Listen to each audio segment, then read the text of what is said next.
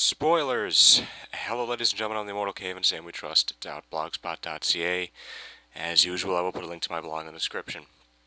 Now, I already said spoilers, and I'm just going to get right down to the meat of this. I was ready to make about 100 jokes. How many times can I say the word Big Bazooka in one review and not laugh my ass off? How many times can I make rubbery red sucker jokes in one episode and not die laughing? Like, I'm just trying to think of something funny to do while I was watching the episode and while the commercials were on. But here's the thing. That every doctor seems to have this moment. That speech, that moment that really kind of makes them. 10 had the Satan Pit speech.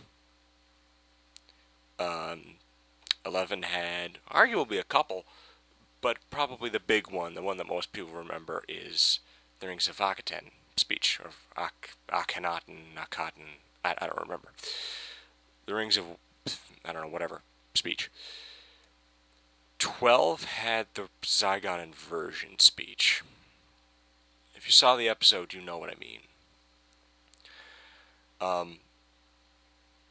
It does seem that these two-parters, now I'm going to get back to the speech in a second, but it seems like these two-parters do seem to be doing something interesting in that they are continuing a story, but it's not like it's the same story.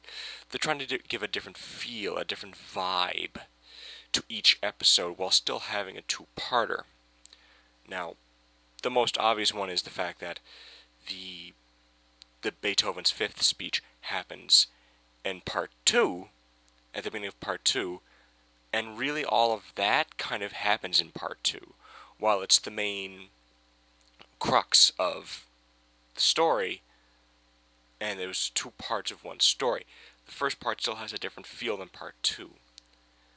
Now, this is definitely the case with the Zygon Invasion and the Zygon Inversion.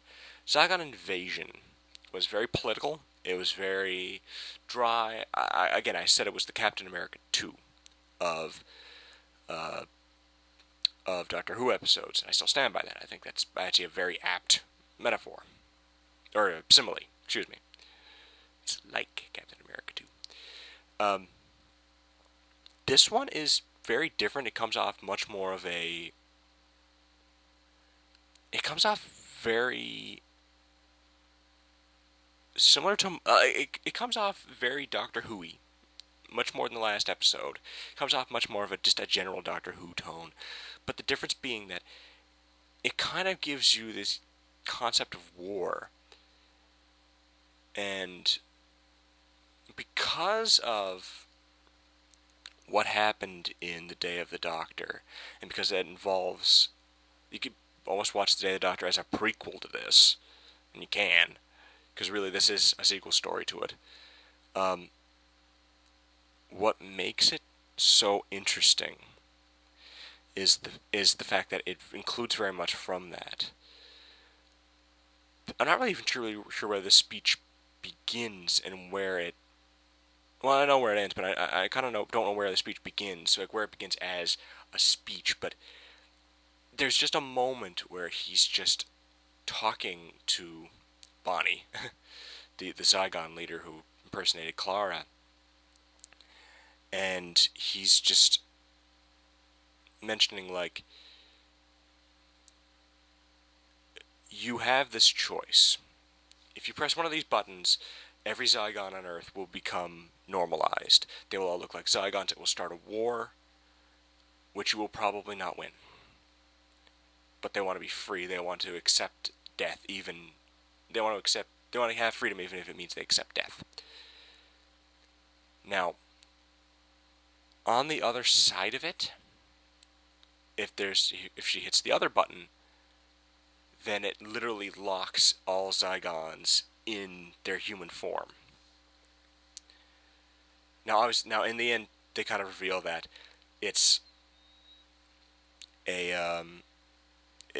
both of the boxes are empty, and Kate Stewart, who's obviously survived the last one, if you saw that, you were just like, okay, it didn't show her getting vaporized, she's clearly alive. But she has a box in front of her as well, one of them will vaporize every Zygon on Earth. The other one will detonate an atom bomb underneath the Black Archive. Again, the place where a chunk of Day of the Doctor took place, and the place where, in the part where this part of the story is taking place. And the other one will activate an atom bomb and basically vaporize London. If she hits the base, they're each given a choice. He's not giving them any hints of which one's which. It's just, you have a 50-50 chance to either win the war or lose the war.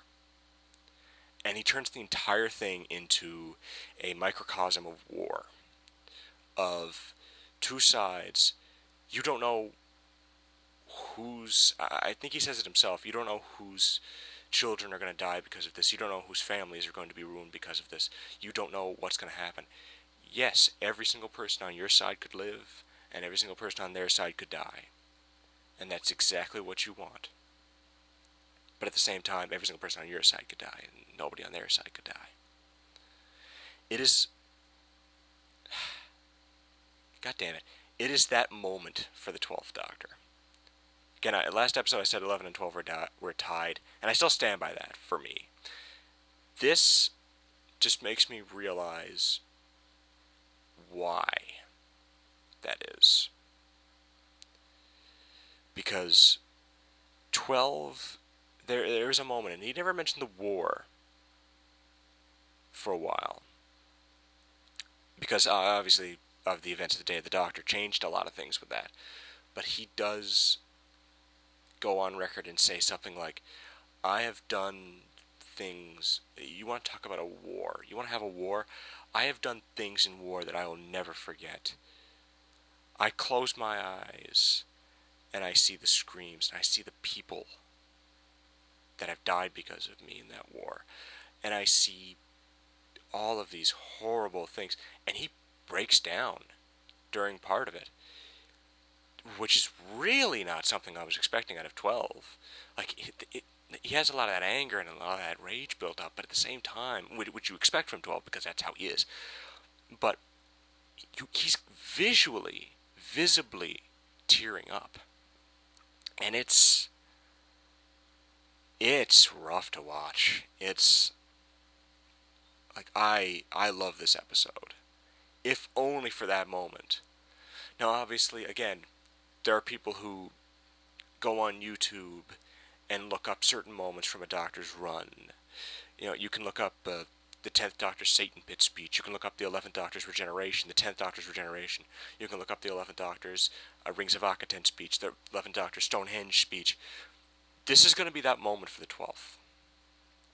In some time, there are going to be videos on YouTube where if you put in 12th Doctor, Zygon Inversion speech is going to be one of the first things that pops up. And I stand by that. That will happen. Because that speech, my God, I don't know how I don't know how I quite held it together. Like, that was rough seeing Capaldi that out of it.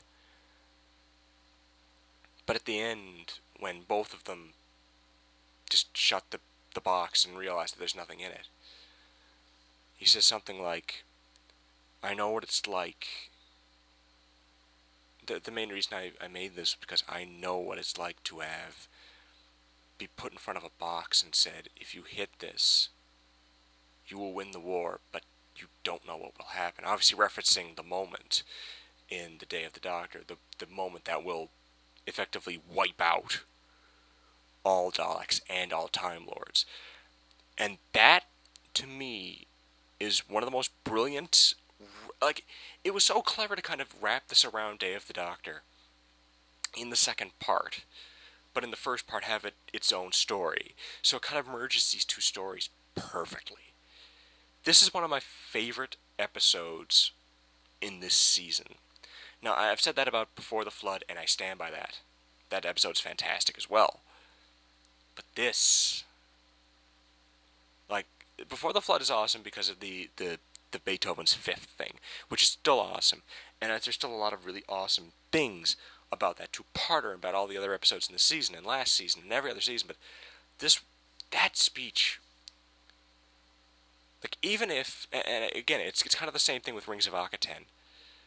Even if we don't remember the episode, we don't remember the enemies, we don't remember, well, we'll probably remember the enemies because it makes a little bit more sense that way. Even if we don't remember the episodes, even if we don't remember the